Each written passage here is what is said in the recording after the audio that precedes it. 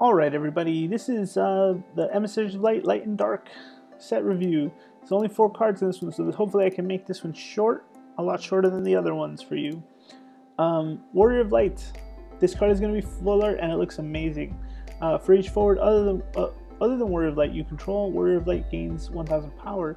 Remove Warrior of Light from the game. All the forwards you control gain. This forward cannot be broken. Until the end of the turn, you can only use this ability during your turn. Now, all in all, I think in a wall deck, he will see play. Before that, though, I think he's just a pretty decent card, right? So forwards other than him, you kind of buff him, lets himself protect it.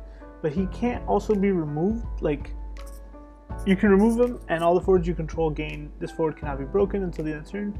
You can only use this ability during your turn. And that's fine. But, like, it kind of, he can save himself, right? If you're in play or whatever on your... If they're going to remove him when you play him before your opponent's turn or whatever begins, but he also is going to help like secure a lot of things, right? Like, I like him for so many reasons. I think mostly Warrior of Lights needs him the most, but he's a good card. He should definitely see a lot of play. Bart's, now this one's a weird one for me, I'm not gonna lie. When I read it the first time, I'm still a little like unsure on it, so definitely share your thoughts on this one with me.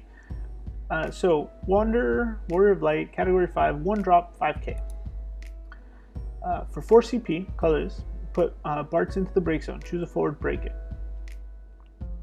For 2 CP, remove Bart's from the break zone from the game. In your break zone from the game, reveal the top 5 cards of your deck, add a Warrior of Light among them, and add it to your hand, and then return the other cards to the bottom of the deck. You can only use this ability if Bart's is in your break zone. So it's weird, man. I don't know. And like, are these well, no, never mind. I definitely know their action abilities, but I don't know. It just seems a little weird to me. I like that, you know, for 2 CP, it's 3 CP to kind of like scry and get one of these.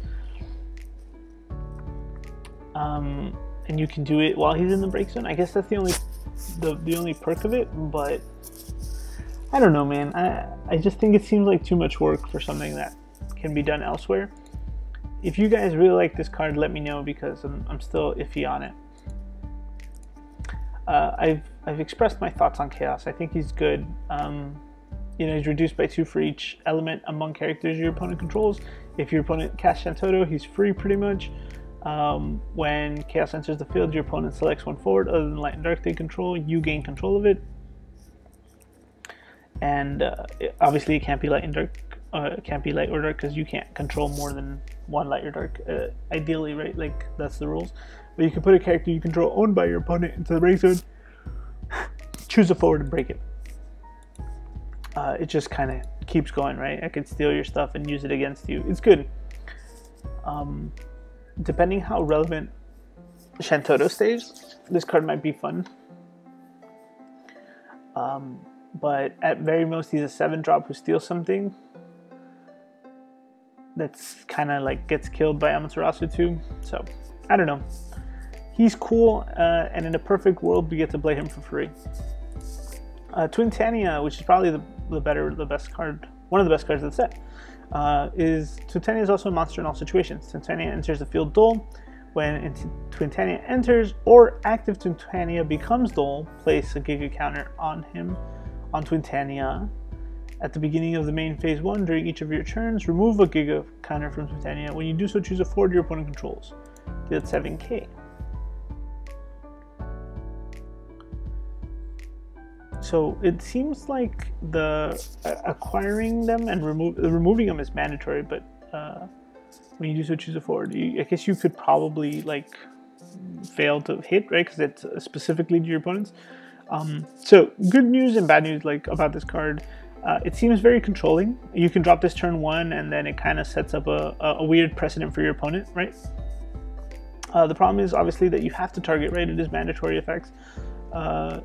So anything that you don't want, your opponent doesn't want you to target, or you do want you to target, it kind of, you know, forces you into that situation. But outside of that, I think this is a good card. In my opinion, I'm going to be playing this card. in some decks, I think you should consider it too. Yeah, those are the quick cards. My final thoughts on the set here, guys, are there's a lot of interesting decks. Definitely, Wind Earth is going to be absurd again. Ice is coming back from the dead maybe this time around. My favorite Knights decks are going to be used. Monsters might be more relevant this time around, so there's that. I don't think Wolves have enough, but some new cards might change the way we play the deck. Maybe even adding both of these guys. The Soirees seem good. Shijins are okay. Yeah, let's see what we do, man. Let's get creative, guys. I can't wait to see what you guys build.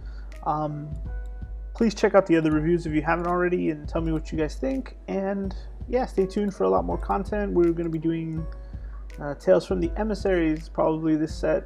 Just, you know, the usual vlogging style videos and tons of other things. So look forward to that. Thanks for watching and happy deck building, everybody.